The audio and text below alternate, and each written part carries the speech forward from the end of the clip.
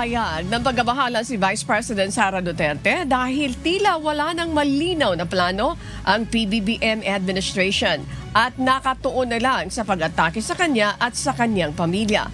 Sa halip na lutasin ang mga problema ng Pilipinas at dahil hindi siya basta mapaalis sa posisyon, pinunterya na ang kanyang mahal sa buhay gaya ng kanyang ama na si dating Pangulong Rodrigo Duterte.